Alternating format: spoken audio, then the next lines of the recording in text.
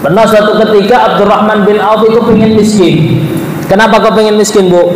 Karena Nabi Muhammad SAW mengatakan apa? Abdurrahman bin Auf itu termasuk ahli surga. Tapi apa? Dia masuknya paling terakhir. Kenapa Rasulullah? Kenapa kok Abdurrahman bin Auf ini masuknya terakhir di surga? Karena hitungannya masih banyak. Setelah itu Abdurrahman bin Auf ingin miskin. Singkat ceritanya, ternyata meskipun Abdurrahman bin Auf ingin miskin, tapi wallahu yarzuqu may yasha, yang memberikan rezeki itu adalah Allah Subhanahu wa taala, bukan tambah miskin, melainkan tambah kaya.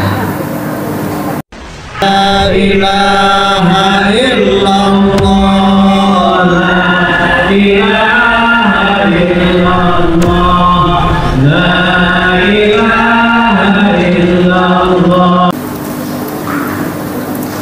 Assalamualaikum warahmatullahi wabarakatuh.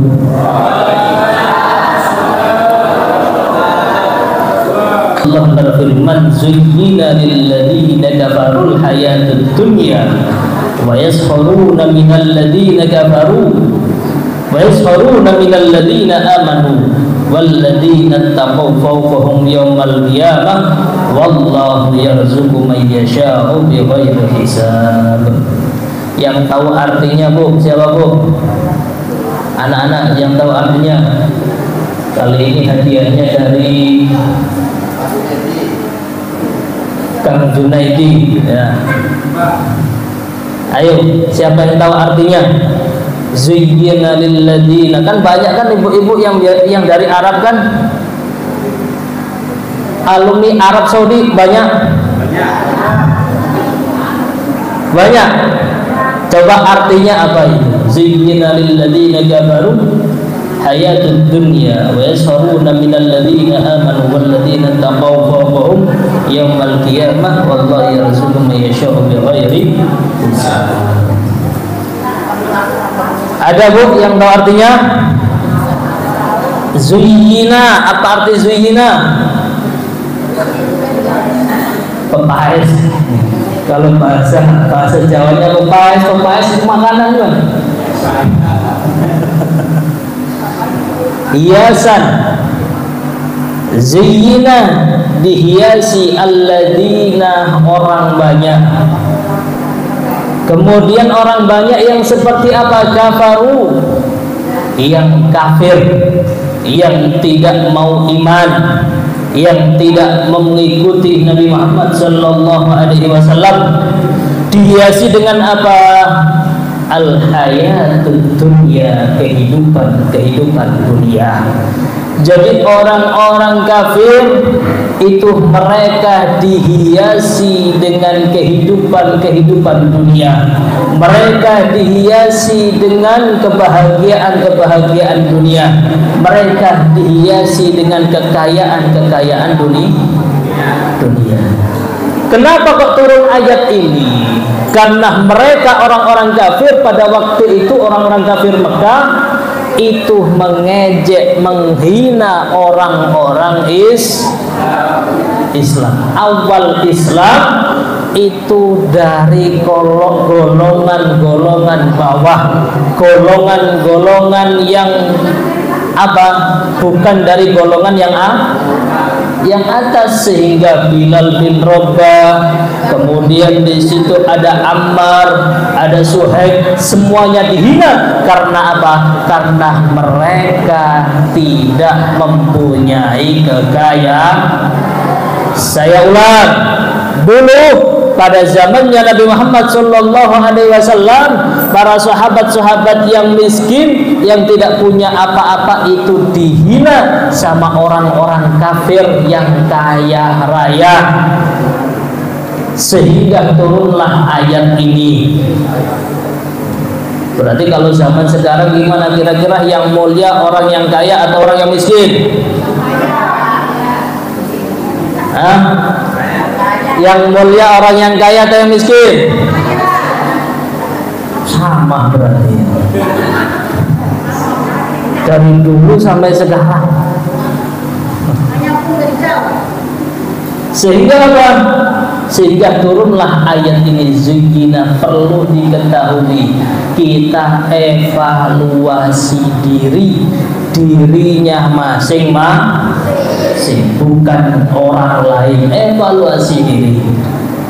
Jadi mereka orang-orang kafir itu diapakan oleh Allah Subhanahu wa taala, mereka itu dihiasi dengan kehidupan dunia. Maksudnya apa? Dunia ini dihias. Beda. Kalau umpama orang-orang mukmin itu harusnya dibutakan dengan kehidupan akhir.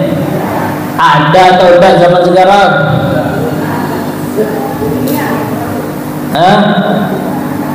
Percaya 1 juta nyata atau 1 juta surga? Bu,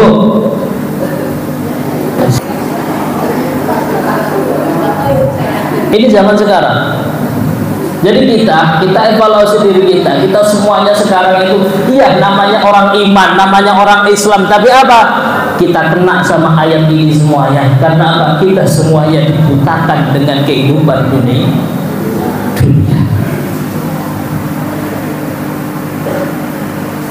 Yang tidak dibutakan dengan kehidupan dunia itu seperti apa? Jadi dunia itu cuma ada di tangan. Apa bu?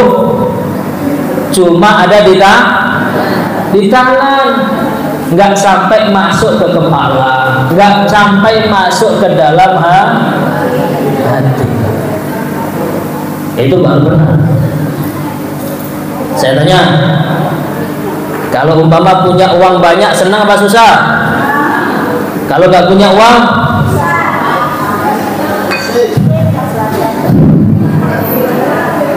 berarti masuknya di mana uang itu? Di tangan atau di hati? Di hati. Buktinya susah.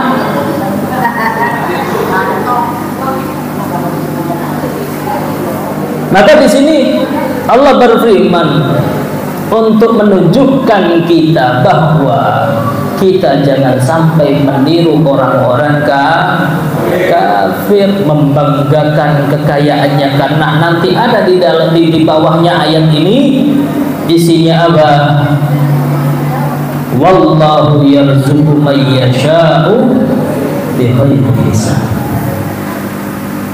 Orang itu kaya, orang itu enggak kaya, orang itu pas-pasan, orang itu kekurangan, bahkan kekurangan.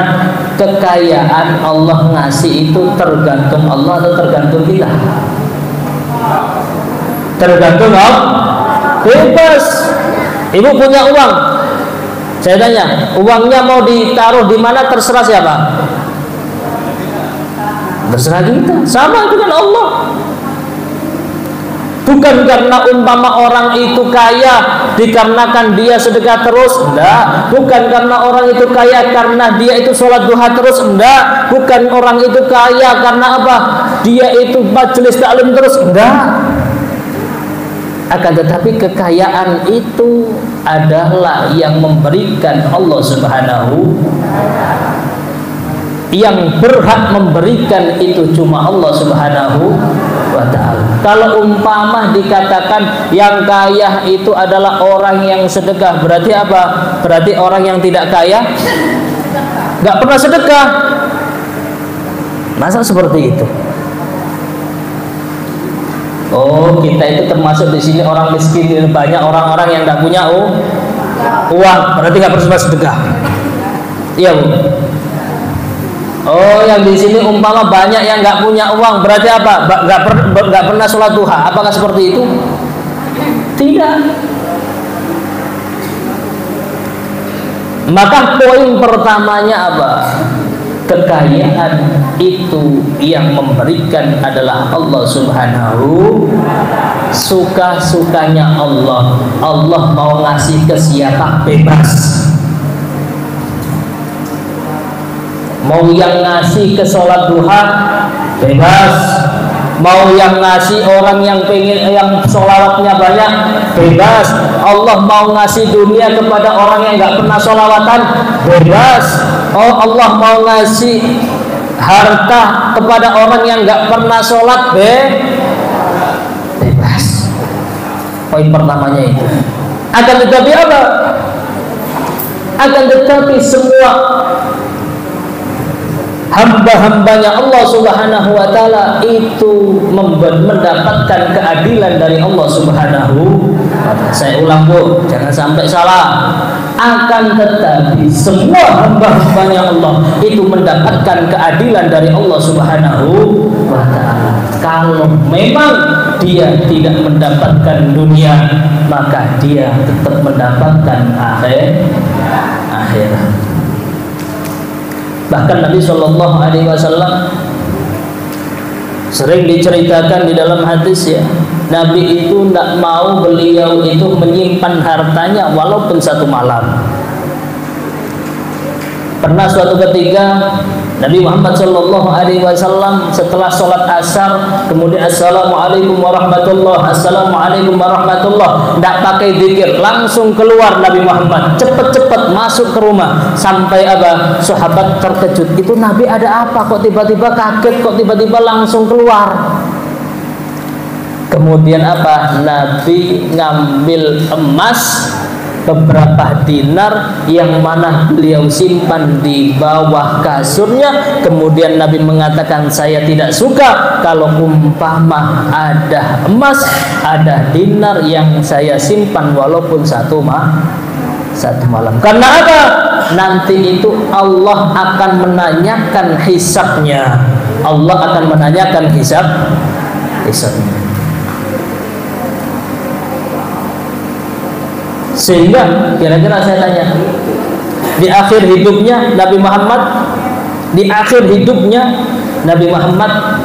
punya kekayaan, meninggalkan kekayaan? Enggak. Nabi Muhammad tidak meninggalkan kekayaan sama sekali. Bahkan Sayyidah Khadijah, orang kayanya Mekah, perempuan kayanya Mekah, itu sebelum meninggal dunia nggak punya uang untuk beli kain kafan. Coba orang paling kayanya Mekah sekarang di sini ada nggak orang yang paling perempuan paling kayanya orang Babedilan ada di sini? Nggak ada.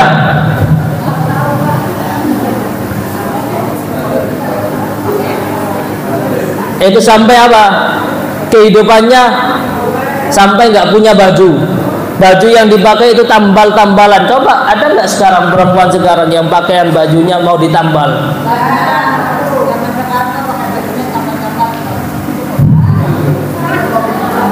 Kalau sama suaminya pakaiannya pakaian tambal-tambal, kalau keluar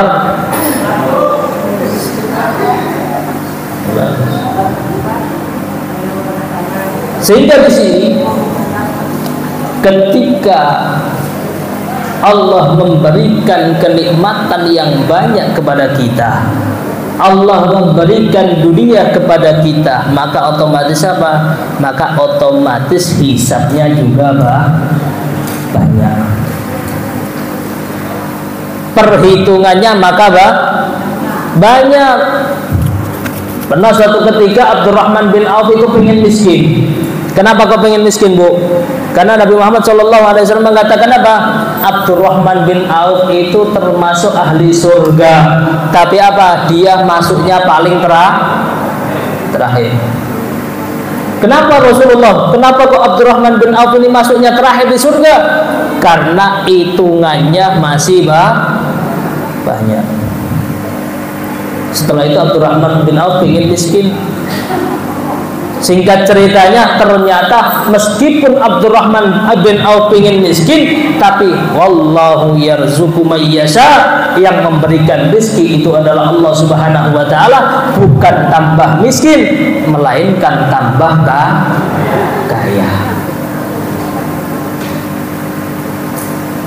Lalu sehingga apa? Kadang ada orang udah baca sholawat 1000 kali, nanti barang dagangannya kejual.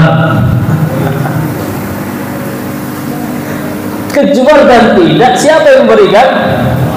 Allah.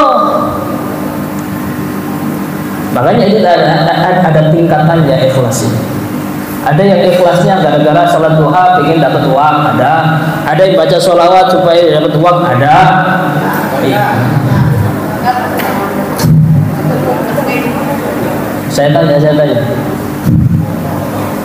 Saya tanya, Bu, pengen dapat uang atau pengen dapat hatinya yang memberikan uang? Hah? Kalau pengen dapat uang sekali saja dapatnya. Tapi kalau umpama dapat hatinya orang yang memberikan uang, besoknya lagi dapat lagi, besoknya lagi dapat, pilih mana coba? Sehingga sholat duhanya karena pengen punya uang atau enggak? Sholawatnya pengen punya uang atau enggak?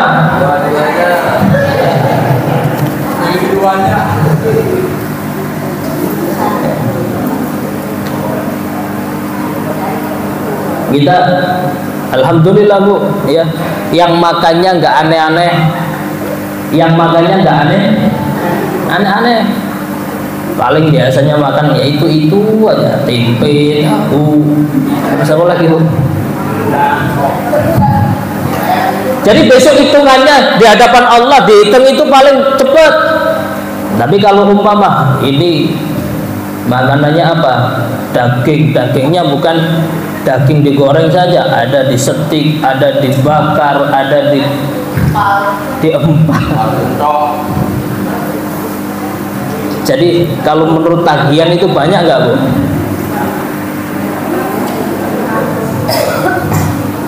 Kita makan di warung atau rumah makan, ngambilnya cuma satu menu. Kira-kira ngitungnya cepet atau enggak? Tapi kalau umpama ngambilnya sampai 10 menu, cepet enggak ngitungnya? Lama. Makanya ibu alhamdulillah enggak punya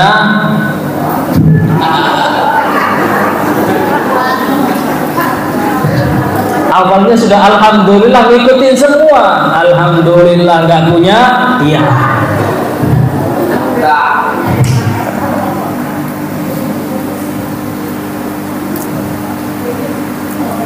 Tadi saya katakan apa? Allah Subhanahu wa taala mengatakan zuyyina.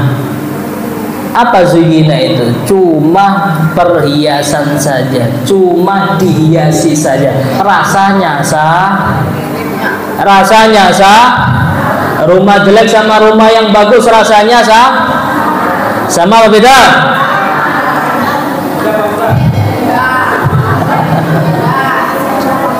Sama apa beda?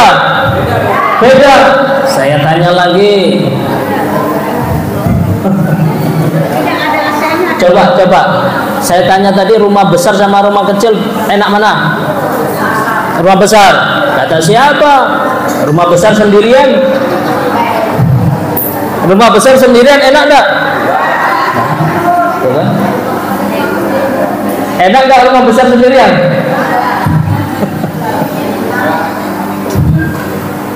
Jadi yang membedakan itu cuma apa Bu? Enak dan tidak enak, udah beres. Kalau mama kita anggap itu enak, kita bersyukur kepada Allah, nikmati yang ada. Alhamdulillah, sering saya ceritakan, saya contohkan itu ya. Itu orang yang di sawah, ibu di sawah atau enggak? Yang di sawah itu habis kerja di sawah, kemudian ada yang ngirim makanan, kemudian makannya saya tanya, meskipun itu lauknya tempe, enak enggak itu? Udah beres. Sama orang yang umpama masuk di restoran bintang 5 umpama, rasanya apa? Sama-sama enak. Tergantung bagaimana caranya kita menyikapi. Bu, saya tanya lagi, masa yang namanya enak, yang namanya nikmat enak itu cuma milik orang kaya saja? Kalau seperti itu orang miskin susah terus. Siapa yang mau jadi orang miskin? Tapi Allah memberikan konsep berbeda. Jadi kenikmatan, keenaan itu bukan cuma milik orang kaya. Semua itu bisa merasakan kenikmatan.